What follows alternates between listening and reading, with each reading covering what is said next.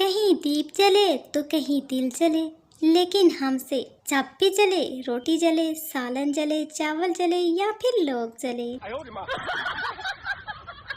दोस्त भाई देखने में अच्छा हूँ या बुरा, दूसरा दोस्त तू दोनों ही है। पहला दोस्त वो कैसे, दूसरा दोस्त तू अच्छा खासा बुरा है।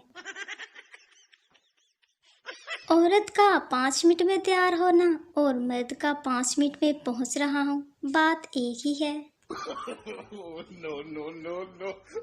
कुछ लोग स्टेटस पर खाने की डिशेस ऐसे लगाते हैं जैसे हम लोग घर में रेत और सीमेंट खाते हों।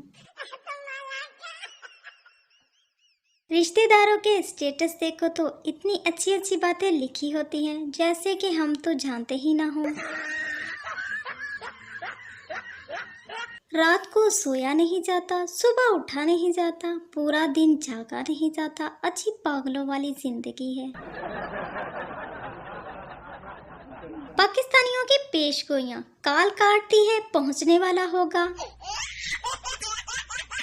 वो जी पूछना तो नहीं चाहिए लेकिन फिर भी पूछ लेती हूँ, उर्दू को इंग्लिश में क्या कहते हैं कमेंट्स करके जरूर बताएं। अभी एक मच्छर दूसरे मच्छर से कह रहा था कि आजकल जिसका भी खून चूसो रूह अफ़ज़ा का टेस्ट आता है।